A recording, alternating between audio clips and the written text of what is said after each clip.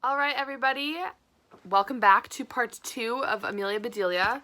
We are starting on page 26, and we're talking about right now they're starting to bake their, what is it called? Their pound cakes that they were instructed to make.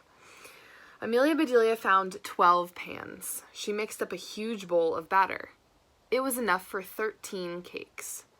She found another pan and crammed all 13 cakes into the oven to bake. "You know," said Cousin Alkaloo, "a baker's dozen is actually 13. "See there," said Amelia Bedelia, "you can count better than a baker." Cousin Alkaloo finished cutting all of the chocolate chips in half. Then he read the other half of the recipe. "Please bring me the salt," he said. "Here you go," said Amelia Bedelia. She brought him a huge box of salt. So a baker's dozen is 13, which is pretty interesting, because normally a dozen is 12.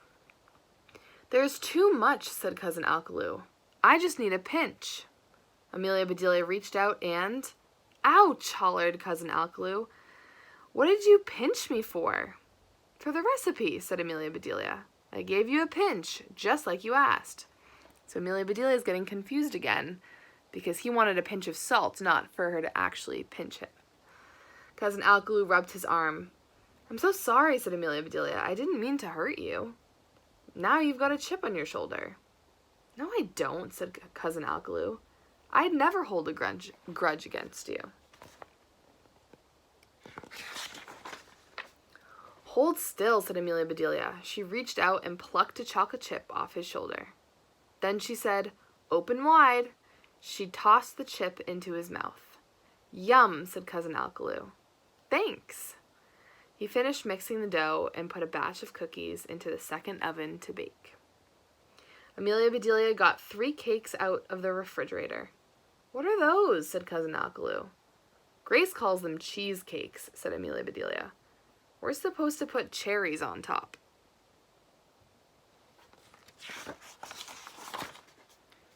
"Cherries with cheese?" said Cousin Alkaloo. "Sounds like a yucky combination to me."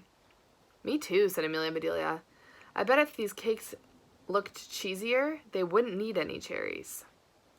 They cut holes to make a Swiss cheese cake, drizzled food coloring to paint a blue cheesecake, and planted flags to create an American cheesecake. They wanted to make the cheesecakes look like different types of cheeses, which is pretty funny. Beep, beep, beep. Just then, the oven timer went off. Amelia Bedelia and Cousin Alkaloo took out the pound cakes and put them on racks to cool. Then they took the cookies out of the oven and had a tea break to sample them. "You know what?" said Amelia Bedelia. "They taste better with the chips cut in half. These are smart cookies after all." "It was worth the work," said Cousin Alkaloo. "Now, let's build that 12-pound cake."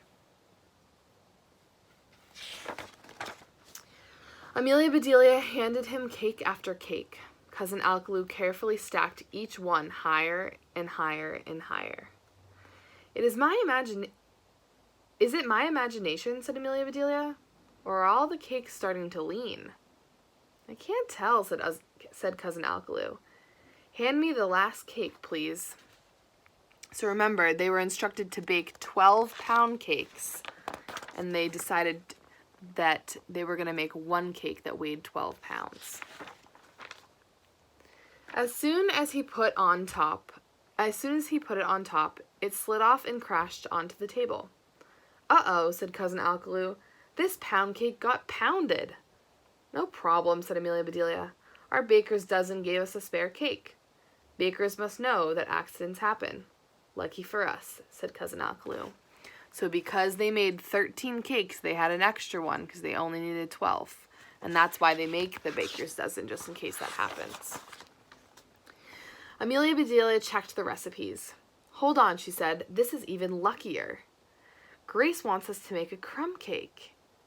Let's just press these crumbs together." The two of them pushed and prodded until the crumbs turned into a cake.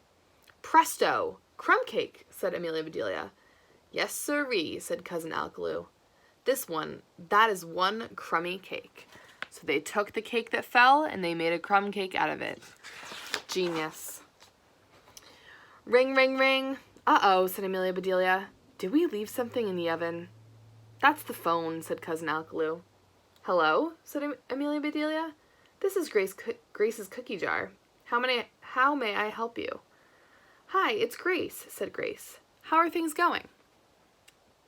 So the person that owns the cookie shop is calling to check in on them because Amelia Bedelia and her cousin are currently just taking over the shop while she's out of town.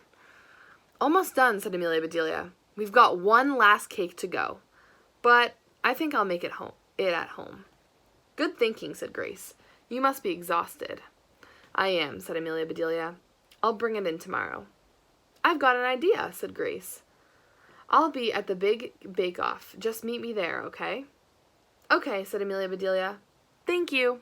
Bye-bye, said Grace. So they're going to meet at the bake-off. Cousin Alkaloo began to clean up. I'll handle this mess, he said. You go home and bake that cake. Then get some sleep. Thank you, said Amelia Bedelia. I can barely keep my eyes open. By the time she got home, Amelia Bedelia was yawning. But she had one last cake in her. It was an old family recipe that her grandmother had taught her. There were just 9 ingredients. She mixed them up right in the pan, then put the pan in the oven. So this cake had 9 ingredients, which were sugar, vinegar, vanilla, water, vegetable oil, baking soda, salt, flour, and cocoa. After the cake had baked and cooled, she cut 2 tiny pieces off one end and set them right on top. Then she frosted and decorated her cake from top to bottom.